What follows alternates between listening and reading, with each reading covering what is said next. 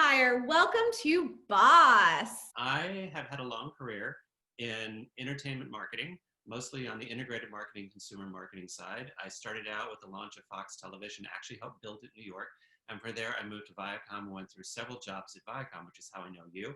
And now I work for a multicultural network called Fuse and Fuse Media. Amazing.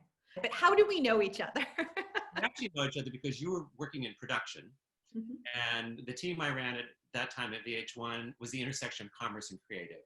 And I felt like you wanted to move into my world, and I felt like you totally understood from production side how to produce things that had value to the consumer and value to the advertiser at the same time. We had an opening, it all worked out, and you got to come join us, and then we got to work together for a long time, and it was a lot of fun. It's amazing. It's so interesting too, because even with this Boss series, I feel like I'm throwing back to our old school VH1 production creative / like branding days, because all of the people I'm interviewing are executives at companies or brands, and I haven't edited video in a very long time, and it's so much easier now. Mark, tell me a little bit more. Let's take it back a little bit. How did you get to where you are now, and where did your brain trust or sort of Boss network kind of come from? Well, I had an interesting shift because I had worked in New York and I was working in Los Angeles. I wanted to come back to New York, and a friend of mine was the architect working on FX Networks. So I actually helped build it. We actually, all the furniture and fabric and flooring companies that have been my tenants actually built the FX studio when FX launched in New York. And from that, so I came on to do that as a consultant, and I had never heard of integrated marketing. But I just worked with all the companies I knew, and I did trade out for them. We gave them television. We sent crews to do stories on how to build a sofa. And it just became a job. And at that moment, Anne Sweeney was running FX, and she asked me just to stay on to see if I could do what I did on an ongoing basis to help the advertising team.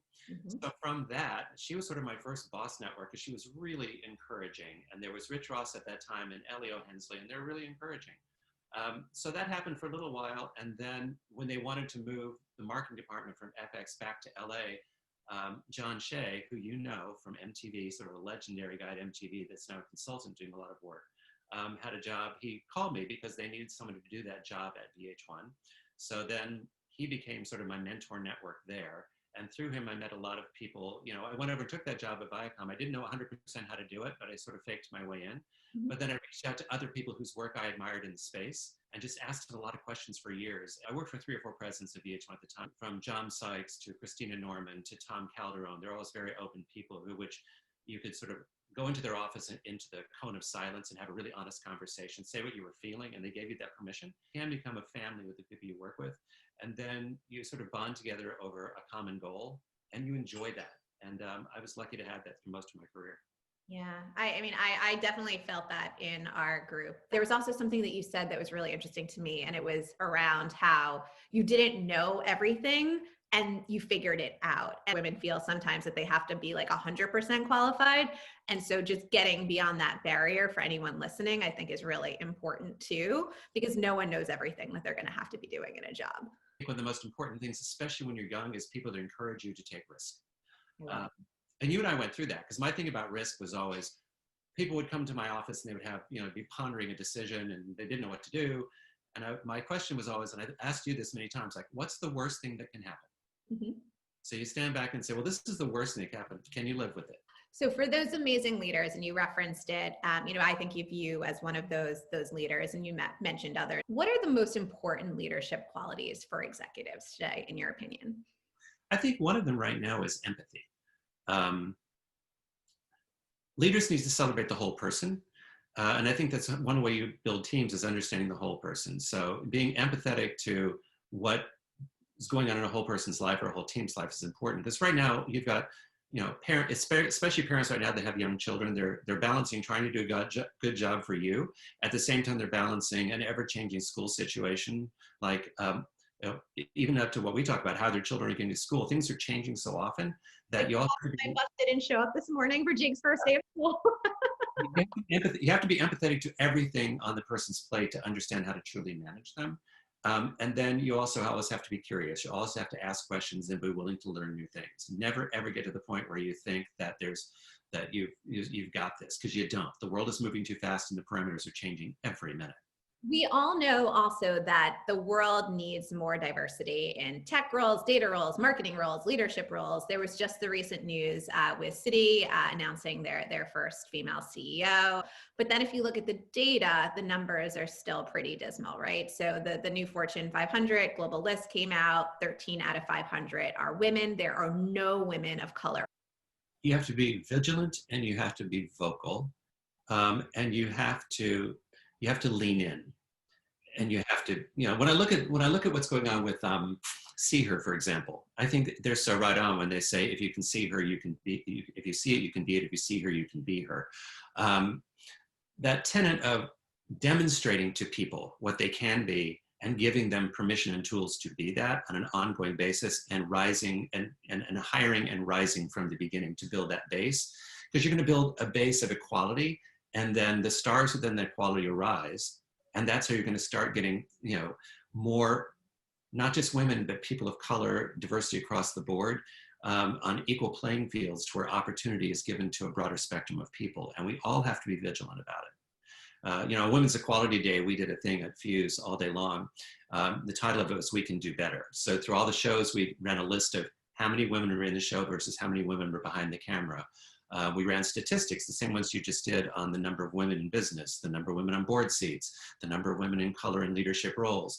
And we ended each one with We Can Do Better, because we also have to keep the goal in the zeitgeist, because it has to become part of the common language of what we need to achieve as a society in order to keep it in front of us, in order to drive towards success. That was such a thoughtful answer. A few things in there, right? So see her, I know that Gail and Shelley and others have created and just done such an incredible job with that. I know a lot of the data behind it also is, and I think of my own kids, just by the age of 5 or so, they kind of determine, what they're going to be able to do or see or not do or see. And so really being, or at least as a parent of one who's 3 and one who's 6, and the girl being the 3-year-old, just being really thoughtful about that is something I think about daily.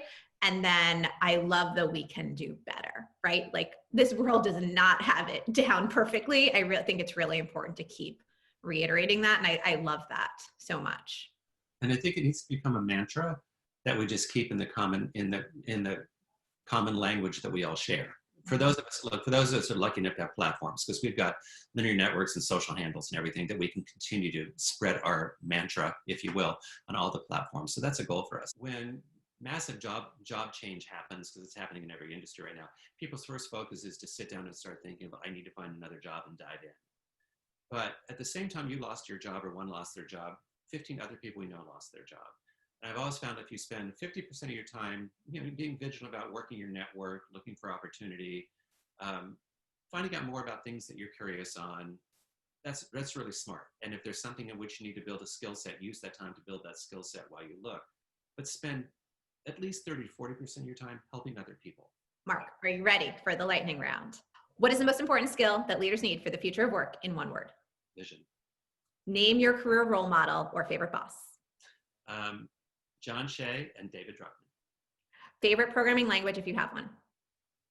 Not my skill set. Book that everyone needs to read. A classic, Who Moved My Cheese? Favorite TV show or movie? Schitt's Creek. One piece of advice for future bosses.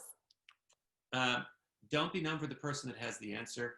Be known for the person who helps others find answers. The one thing that you'll commit to do in 2020 to help pay it forward. Be vigilant about encouraging people to vote and have their voice be heard. Yes.